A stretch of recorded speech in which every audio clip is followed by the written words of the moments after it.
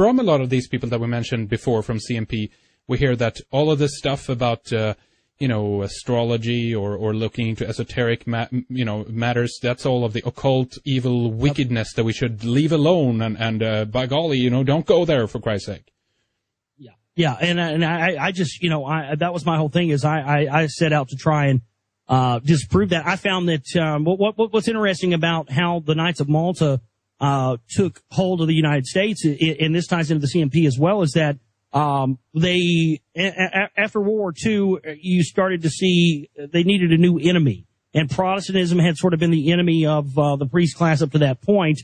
And according to researchers like William Bramley in his book, The Gods of Eden, it talks about Protestantism being set up as another one of these maverick religions, one of these religions that was set up, as you mentioned, to be against the power structure at first, but then was again corrupted and turned into just another control mechanism. I think, sorry to cut you off, Josh, but I personally, from what I've been reading and studying currently, what I have, the feeling of the sense that I have is that it was set up from the beginning to be the controlled opposition, if you know what I mean. It's like it's like a really scaled down version. Catholicism in that sense represents, at least, if you will, then a religion that carries something with it from the ancient world.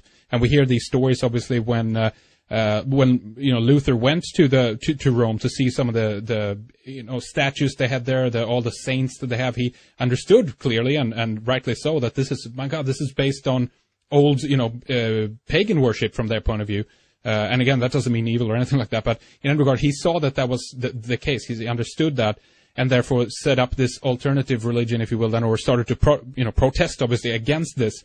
But it's a very even more so slimmed down version. For what I'm beginning to see is that this was the agenda, if you will, all along. It's just that for Catholicism to work is they have to bring something in from the ancient world. So they have kind of like that as a stepping stone. The next step is to even take away those things, if you will, from the ancient world. And if we look at it, there's very few expressions, if you will, in a Protestant church as compared to a Catholic church. And nothing of this means that I favor one or the other. I'm just trying to figure out the mechanism that they've been using in order to kind of scale down all the time, Josh. But go ahead before, to me, I think it's the same thing, Henrik, as stuff like the Rothschilds funding every side of every war since the first American Civil War.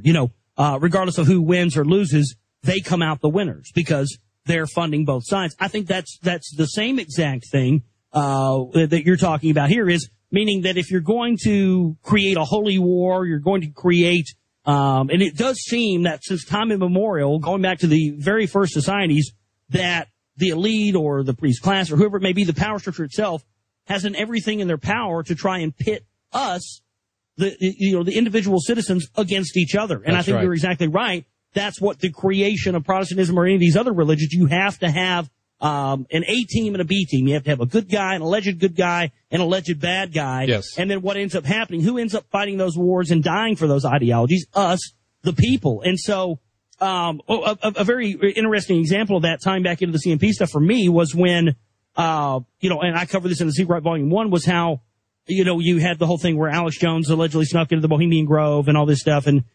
all this information that was coming out. And I wanted to know why there were two big things that were left out. Number one, the owl. We're told that the owl is some representation of Moloch or something like that, which is completely untrue. Yeah. It's completely untrue. Actually, what the owl represents Minerva, the Roman god. That's the true, Illuminati symbol, if you want to be adamant about it. They used the owl all the time as a representation of wisdom, one who can see in the dark. But go ahead, Josh. Yes, no, that's exactly right. And so that, to me, that was one glaring example. And then, if one wasn't enough, then there's a number two. And I was saying, okay, well, how come this is never mentioned? Inside the Bohemian Grove, there is a statue of St. John of Nepomuk. Now, if you look up who St. John of Nepomuk was, he was a Jesuit martyr who was martyred, because he would not give up. He was killed because he would not give up the secrets of the Jesuits and of the priest class order. And inside, I think he may even be ushering like a finger over his mouth, saying, "Shh, keep quiet." But that's what that represents. So he's a Hiram Abiff, if you will, from the representation. Same way, he's that an idol that keeping the secret safe, so to speak. Yes, he's an incarnation of Hiram Abiff. Exactly. That's inside of Bohemian Grove. That was left out in Jones' film about that. Those two connections right there with Minerva and St. John of Nepomuk being inside Bohemian Grove, to me, tell the much larger story and tell us why exactly it is that they are there in that grove doing those rituals and what it really goes back to. And to me, if you don't have that information that's left out of the greater picture, it's going to be a lot harder for you to draw your conclusions on what you believe this stuff really is and what these guys are really into. Absolutely, because again, we always and constantly hear that these people are not Christians, and again, I wouldn't argue that that's not true in the sense that we in terms of how certain doctrines within Christianity are practiced, if you will. But at the same time, there's an esoteric version of Christianity too. There's a lot of, different, as you mentioned, different secrets within these orders and so forth as well, that we, out on the surface, the people know nothing about, and they never have, ever since the time that the church moved into many other countries as well. So they've always, as you said, had this little elite inner circle, a club, a priest class, if you will, and they use any means necessary. To them, I don't think that anything of this is considered to be evil. These are just tools to further enslave the rest of the human race, actually. That's exactly what it is, and that's the only way they see it. These guys are not sitting around twiddling their thumbs, like, oh, I'm so evil, ha ha ha. It's not that way for them. It's just that it's been going on for so long, and a lot of these traditions and practices and rites and ideologies are being passed down generationally, and in many cases, a lot of this stuff is being passed down hereditarily through the bloodlines, and now we start to see why that is. That's been one of the more fascinating things for me is going back and seeing just how these different groups, specifically in the right wing, all tend to have these connections back to the bloodlines and what have you, and it's all there. But I cannot believe it's just for me, from starting my show in 2007 till now, the amount of information, Henrik, that's out there that I didn't know about when I first started on air, and I thought I knew pretty much everything at the time. It's just amazing how much information there is out there and how much more there is to know. And again, what bothers me the most is that there just seems to be some dogmatic approach to not, trying to get certain people to not look into certain types of information. I just think that's dangerous. Absolutely. We hear, quite a bit as well about the connections between Knights in Malta and Blackwater and things like this. Very, very interesting connections connected through, is his name Eric Schmidt? He was the former, was he the head of the Pentagon, and then he moved on to actually work for Blackwater, and he's a member of Knights of Malta. And it's quite interesting when you begin to look into some of these connections, Josh. Yeah, Eric Prince as well. Eric Prince, the head of Blackwater, his father and mother, Edgar and Elza Prince, were on the board of directors at the inception of the Council for National Policy. And, it just so happens they're both Knights of Malta as well. And, his mother was a Dame of Malta. And, much like Phyllis Schlafly, she's also a Dame of Malta. And, we started to see these connections with the father and mother of Eric Prince of Blackwater in the CMP, and then fast forwarding to seeing things like, the Blackwater calling some of their tanks and their Humvees. They had one that was called the Templar 1, the Templar 2. They had a tank that was called the Crusader.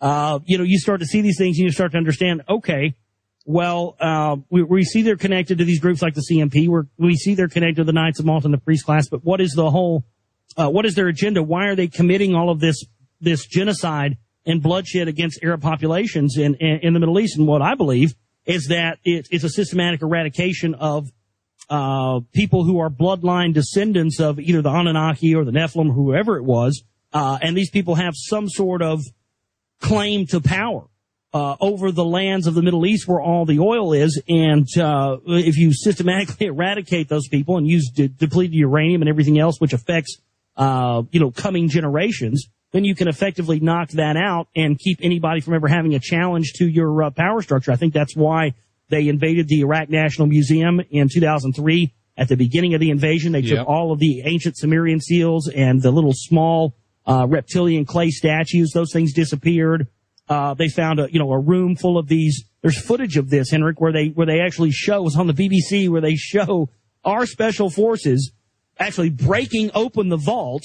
And when they go inside of the vault, inside of this gigantic vault, there are genie bottles or gin bottles as far as the eye can see. And if you look into that and understand that, those are said to be spirits. And so my question is if they went in there and broke and took all those antiquities, where did all these genie bottles that allegedly had these spirits in them? And, I'm wondering if these guys have unleashed them, if that's what their plan was. But it just continues to be more and more information that we see that for some reason, whatever is in these ancient texts going back to the ancient civilizations of, the Howbeit period of Sumeria, which was pre-Sumeria there in Mesopotamia, then, of course, Sumeria, Babylon, Assyria, we start to see all these correlations to direct connection with the quote-unquote gods or the extraterrestrials and access to this information.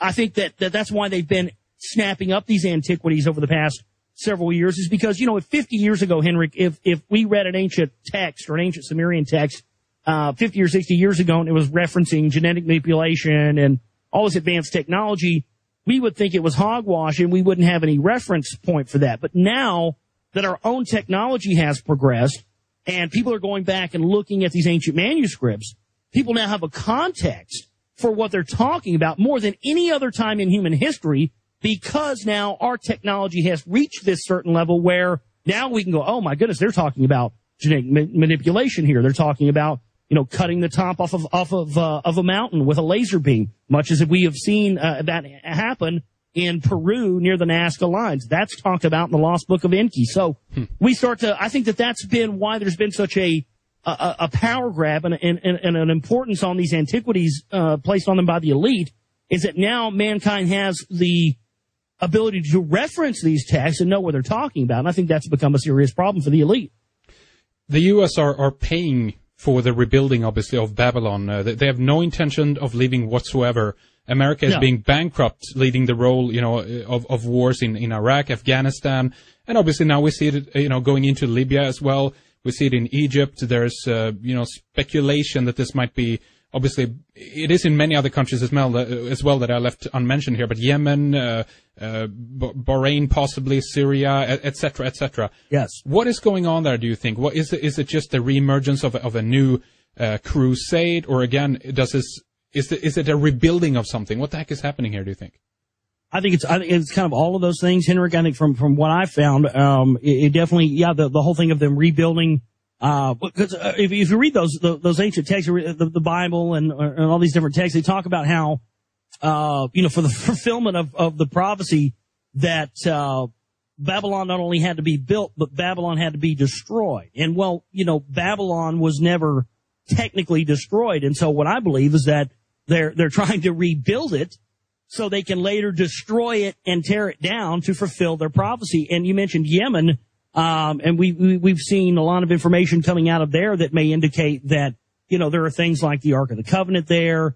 You've had Gary Vay. The Temple of the Queen of Sheba, very interesting. Sheba. Yes. You've had Gary Vay on the program talking about that, here on Red Ice. And, it's very interesting stuff because the tribal people of Yemen have been trained generationally for thousands of years to protect, that palace and protect what is there. But then we're told in the United States media and in the media throughout the world that there's 8-year-old children in Yemen who have Smurf stickers on AK-47s and they're trained, but we're never given the context as to why that is. It's not that they're just crazy militant Al-Qaeda children running around with AK-47s.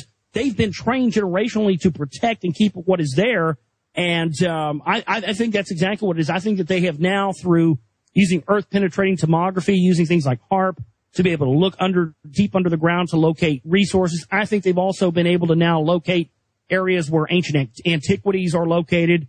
And it just so happens that these happen to be in areas throughout the world where major biblical events happen, major religious events happen, spiritual events happen.